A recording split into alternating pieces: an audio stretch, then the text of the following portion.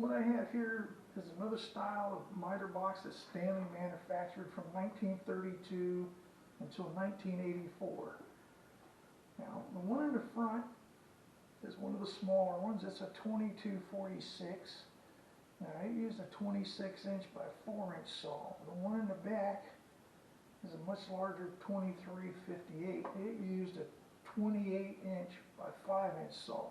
Now, both miter boxes have the same sort of hold downs. They both were equipped with the rods and the small tree for setting up for multiple cuts.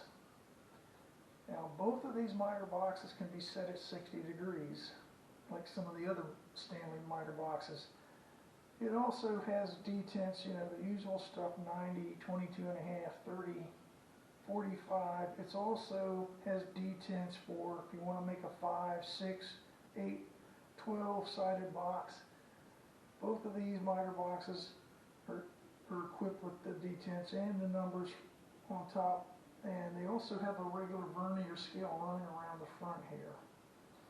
Now, another nice thing about these miter boxes, these saw guides have roller bearings inside the head here, so the saws run along pretty nice and smooth in these things. Now, I have another one of these, a newer one, was probably made the last few years that Stanley manufactured these things, and I'll move these out of the way and set it up on here and point out some of the slight differences between the two. This is the last miter box I have of this style. This is a 2358. It has an Adkins 28 by 5-inch saw in it, and some of the things that they did, I guess to cut costs, they did away with the rods and the tree for work stop, and they ended up putting this thing in its place. They also made these out of flat bar. They're just bent. They also eliminated the cast iron legs and just have some bent flat bar there. There's no vernier scale on the front any longer. They put it up here on this piece of aluminum. It's riveted on the top.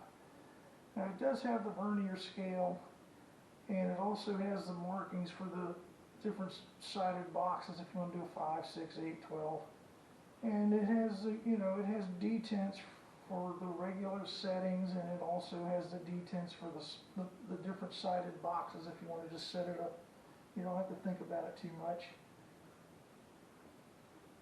Now, this saw is a 28 by 5-inch saw. It was made by Adkins, and it's a nice saw. It's actually sharp. I don't think the thing was ever really used very much at all. It's just really shows very little signs of being sharpened.